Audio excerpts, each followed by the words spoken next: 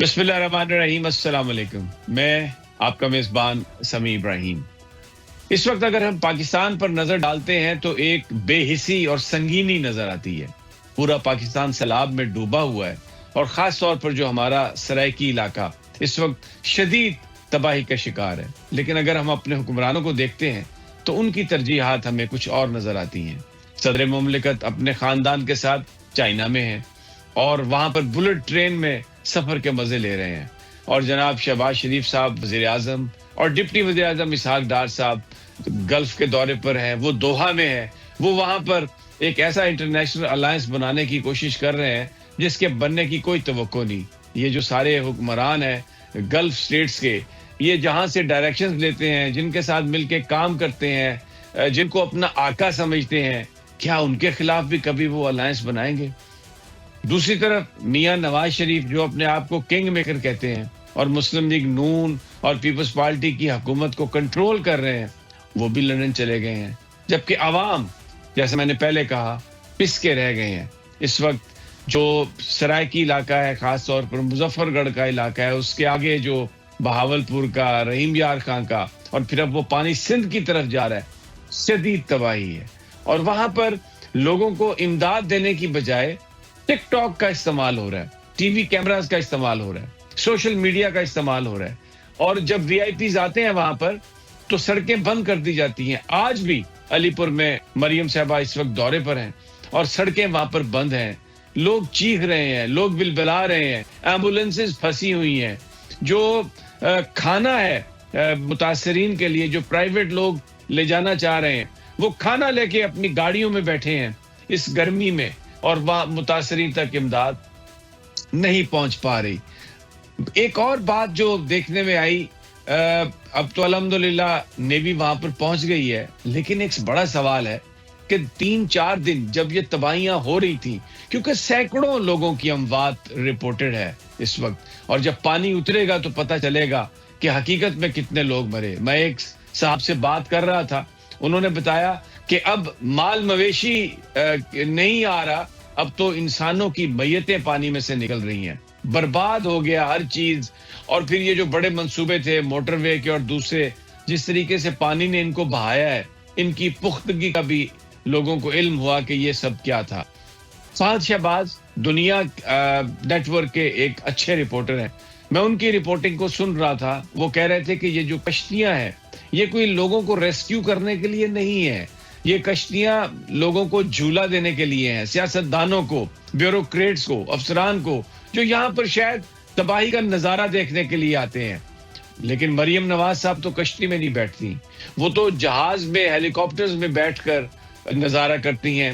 ایک بات سمجھ میں نہیں آئی کہ میڈیا پورا بتا رہا ہے، رپورٹ سب ان کے پاس ہے، پھر یہ جو اعلیٰ عہدیداران ہیں، یہ جو حکمران ہیں، یہ جہازوں میں بیٹھ کر کیا دیکھتے ہیں؟ کیا یہ پاکستان کے غریب لوگوں کی بد نصیبی اور بدقسمتی کا تماشا دیکھتے ہیں؟ کیا دیکھتے ہیں؟ ان کو اپنے چینلز پر جن کو یہ کنٹرول کرتے ہیں ان پر اعتبار نہیں. ان کے اپنے جو ادارے ان کو رپورٹ کرتے ہیں کہ کتنا سیلاب ہے، کتنا نقصان ہے، کیا ان کو ان پر اعتماد نہیں؟ ایک عجیب سوال ہے. ہمارے لاہور کے بیورو چیف ہیں ABN کے، انہوں نے 5-6 علی پور میں، مظفر گڑھ میں اور دوسری تمام گزارے ہیں. بڑی زبردست انہوں نے رپورٹنگ کی ہے، حال بھی بیان کیا. آج وہ ہمارے ساتھ ہیں، قاضی سعید صاحب بھی ہمارے ساتھ ہوں گے. تو ان سے عمر دراز گوندل کی طرف چلتے ہیں. عمر دراز السلام علیکم. وعلیکم السلام سر، آپ ٹھیک ہیں؟ خیریت سے ہیں؟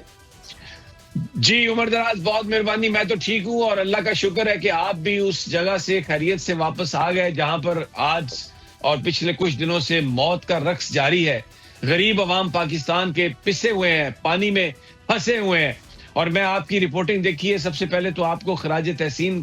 آپ نے بڑی ہمت سے پاکستان کے لوگوں کو حقیقی آئینہ دکھایا کہ وہاں پر ہو کیا رہا ہے. اب یہ بتائیے کہ وہاں پر یہ جو وی آئی پیز آتے ہیں تو رستے بلاک کر دیے جاتے ہیں. آج جس طریقے سے لاٹھی چارج ہوا ہے علی پور میں، بیچارے جو سیلاب کے متاثرین تھے ان کے ساتھ، خواتین کے ساتھ، آپ نے یہ 5 دنوں میں وہاں پر کیا دیکھا؟ سر جس کیمپ کے اندر وہ گئی ہیں، یہ کیمپ بنیادی طور پہ گورنمنٹ بوائز ہائی اسکول کا مرکزی کیمپ ہے. میں اس کیمپ کے اندر گیا ہوں. میں نے وہاں لوگوں کی شکایات بھی سنی ہے. مثال کے طور کے اوپر ان کو کیمپس تو مل گئے, خیمے مل گئے, لیکن دری نیچے بچھانے کے لیے نہیں ہے. ایک ماں ملی, اس نے کہا میرے بیٹے کو ہڈیوں کی بیماری ہے, مجھے ایک چارپائی چاہیے, اس کو چارپائی نہیں ملی. لیکن اصل میں یہ جو چیزیں جن کی آپ نشان نہیں کر رہے ہیں, آپ حیران اس بات کے اوپر کہ چیف منسٹر تو آج گئی ہیں, جو پنجاب کی سینئر منسٹر ہیں وہ 3 دن سے وہاں پہ ہیں. جس دن وہ گئیں اس دن 2 کام ہوتے میں نے دیکھے. سترا پنجاب کے اہلکار وہاں پہ صفائیاں روڈز کے اندر کرتے دکھائی دے رہے ہیں. اس تحصیل کی بات کر رہا ہوں جو 90% تقریباً ڈوبی ہوئی ہے. دوسرے نمبر کے اوپر جو روڈز ہیں ان کے پیچز لگ رہے تھے کہ یہاں سے وزراء نے گزرنا ہے, اعلیٰ عہدیداروں نے گزرنا ہے, تو ان کو سب اچھا کی رپورٹ ملنی چاہیے. اور اس کے بعد میں آپ کو ایک اور نشاندہی کرنا چاہتا ہوں کہ جب ہم تحصیل کے لیول کے اوپر جاتے ہیں, وہاں ایڈمنسٹریشن میں جو سب سے بڑا آفیسر ہوتا ہے وہ اے سی ہوتا ہے, اسسٹنٹ کمشنر ہوتا ہے. اب اے سی جو ہے وہ ان وزراء کو ریسیو کرے, وہ کمشنر ڈی سی کے کھانوں کا اہتمام کرے, یا وہ لوگوں کو ڈیلیور کرے. میرے خیال سے ہمیں یہ سمجھنا ہوگا کہ اس وقت ایک وہاں پہ بہت بڑا المیہ ہے اور پوری تحصیل کے اندر ایک بہت بڑی پرابلم ہے وہاں پہ.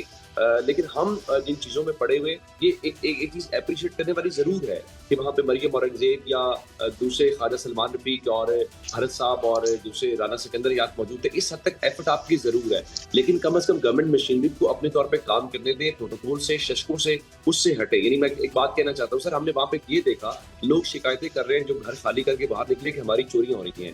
آپ کے جتنے ڈالے, آپ کی جتنی پولیس ان کو پروٹوکول دینے میں مصروف ہوتی ہے, اگر وہ مہربانی کرے ان پولیس والوں کو آپ وہاں پہ پیٹرولنگ پہ لگا دیں, لوگوں کے گھروں کی حفاظت ہو جائے, تو کیا نیک کام میں وہ استعمال نہیں ہوں گے؟ پرابلمز بہت زیادہ ہیں سر وہاں پہ. ہم جو تباہی دیکھ کر آئے ہیں, جو ہم نے رپورٹ بھی کی ہے, سچی بات یہ ہے کہ وہ اس وقت میڈیا کے اوپر یا اوور لوگوں کو اس کا 30 سے 40% بھی اندازہ نہیں ہے سر. وہاں پہ مکمل طور پہ جو تحصیلیں ہیں, اس کا تمام جو زرعی رقبہ ہے وہ زیر آب ہے, ان کا انفراسٹرکچر تباہ ہو گیا ہے, لوگوں کے مال مویشی مر گئے ہیں, اس کے بعد ان کے پورے کے پورے گھر گر گئے ہیں, ان کے پورے کا پورا سامان برباد ہو گیا ہے, ان کے پاس کچھ نہیں ہے. ابھی جس کو میں اور آپ سب سیلاب کو پانی کی نظر سے دیکھ رہے ہیں, یہ بات ٹھیک ہے, وہاں پانی پہ ہے, وہ جب اترے گا تو لوگوں کو پتہ چلے گا کہ ان کے ساتھ ہوا کیا ہے. میں اس کی ایک مثال دینا چاہتا ہوں. کل حافظ آباد سے ایک واقعہ رپورٹ ہوتا ہے کہ وہاں پہ ایک زمیندار جو ہیں وہ اس صدمے کے ساتھ کہ ان کا نقصان کیا ہوا ہے, ان کو ہارٹ اٹیک ہوا اور اپنے رب کے حضور پیش ہو گئے.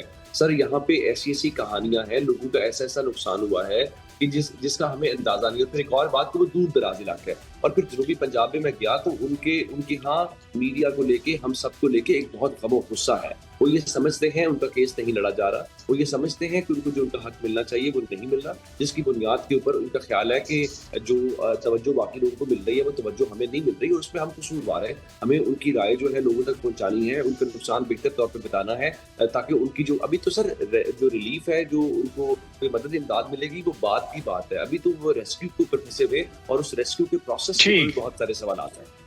اچھا عمر, میں قاضی صاحب کیوں بھی ہمارے ساتھ ہیں, میں ابھی ان کی طرف جاتا ہوں, لیکن میں ایک سوال آپ سے یہ پوچھنا چاہتا ہوں.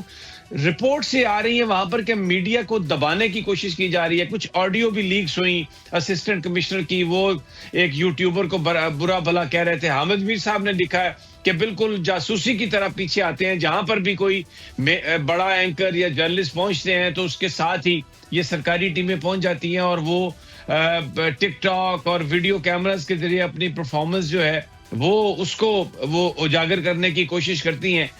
آپ نے کیا وہاں پر دیکھا, میڈیا کی کیا صورتحال ہے؟ یوٹیوبرز کو ایکسیس دی جاتی ہے؟ کیونکہ آج جب مریم صاحبہ آئی ہیں تو جو وہاں کا جو لوکل میڈیا ہے آج بھی اس کو کوئی ایکسیس نہیں دی گئی مریم صاحبہ کی طرف. سر جس دن وہ جلال پور پیر والا میں آئی اس دن میں وہاں موجود تھا.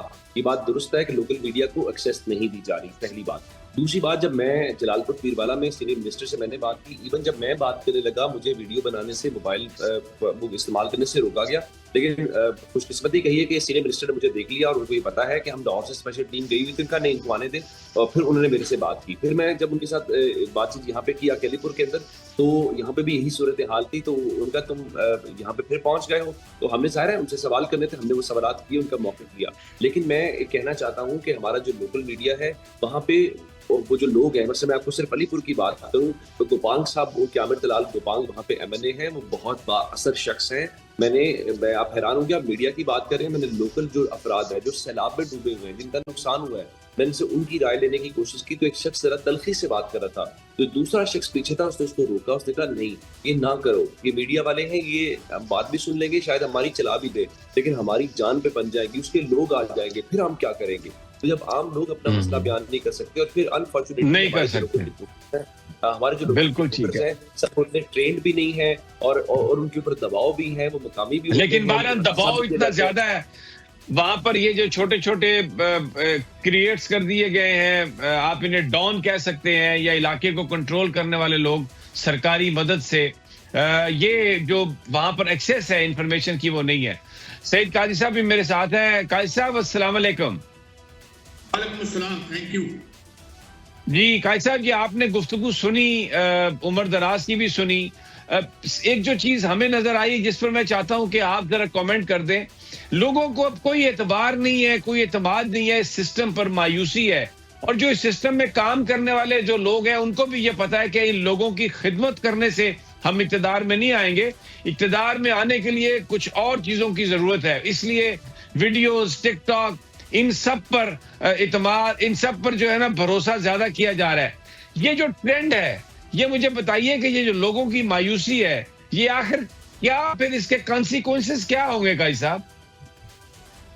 سمی صاحب، پہلی بات تو یہ ہے کہ یہ قدرتی آفت کہتے ہیں۔ اس ملک کی سب سے بڑی قدرتی آفت اس ملک کی حکمران اشرافیہ ہے۔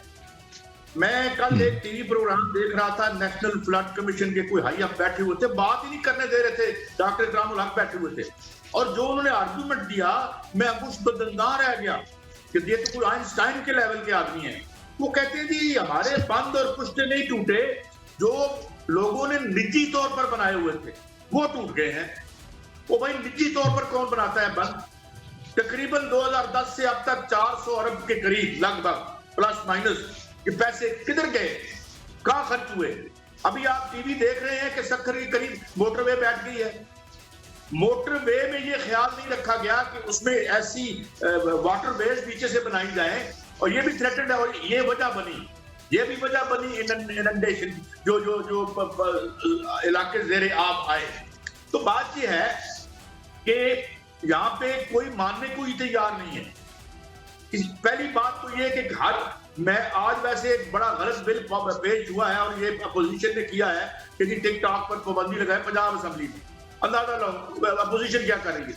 بات یہ ہے کہ جو ان پر پابندی لگائیں، یہ جو بیوروکریسی ہے، اس کا کام ٹک ٹاک بنانا ہے یا ڈیلیور کرنا ہے، یہ ان پر پابندی ہونی چاہیے۔ یہ سارے، اگر آپ کو ہیرو بننے کا شوق ہے تو فلموں میں کام کر لیں۔ تو آپ کو تو ہم نے اس ریاست نے پیسے دیے کہ بھائی ہماری خیر و عافیت کا خیال رکھیں۔ دوسری بات، یہ جو واٹر ویز میں یہ آج منہ سے آگ نکالتے ہیں، گنڈوں کی طرح بات کرتے ہیں، جنہوں نے واٹر بیڈ میں حدود سوسائٹیاں بنائی، اور ان کو کوئی پکڑنے والا، ان کو جوتے مارنے والا کوئی ہے یا نہیں ہے؟ وہ آ کے ٹی وی پہ گنڈا گردی کرتے ہیں، یہ آپ جو ہے ٹکر کے لیے یہ کر رہے ہیں، وہ کر رہے ہیں، اور بھائی you are damn criminal until unless ہم ان کو فکس نہیں کرتے، ان چکوں کو، جو یہ کہتے ہیں یہ ویلتھ کریشن ہے۔ یہ جو آرگومنٹ آج کے اس نظام کے حوالے سے کچھ ہمارے ساتھی دوست بھی دیتے ہیں، میرے پروگرام میں بھی، اور this is not a wealth creation, this is a plunder, this is a loot. تو یہ ہوا ہے اس کے ساتھ اس ملک کی، اور ہر اس ملک میں جہاں تباہی اور بربادی ہو رہی ہے، وہاں کی سب سے بڑی آفت جو ہے وہ حکمران اشرافیہ ہے۔ آج سائنس ہے ہمارے پاس، 2010 میں اسٹڈی آئی تھی کہ ہم ایکسٹریم ویدر ایونٹس کی زد میں ہیں، ہمیں آبادیوں کو ہٹانا ہے۔ 2005 میں انہوں نے کہا تھا کہ ہم کوئی ایک ریزسٹنٹ گھر بنائیں گے۔ کدھر ہے وہ؟ اوپر سے ملائی اتارو، لندن چلو، اوپر سے ملائی اتارو پاکستان کی معیشت سے، لندن چلو، تو پیچھے تو پھر کھڈے ہی رہ جانے ہیں نا۔ ناظرین، یہاں پر ایک چھوٹا سا وقفہ۔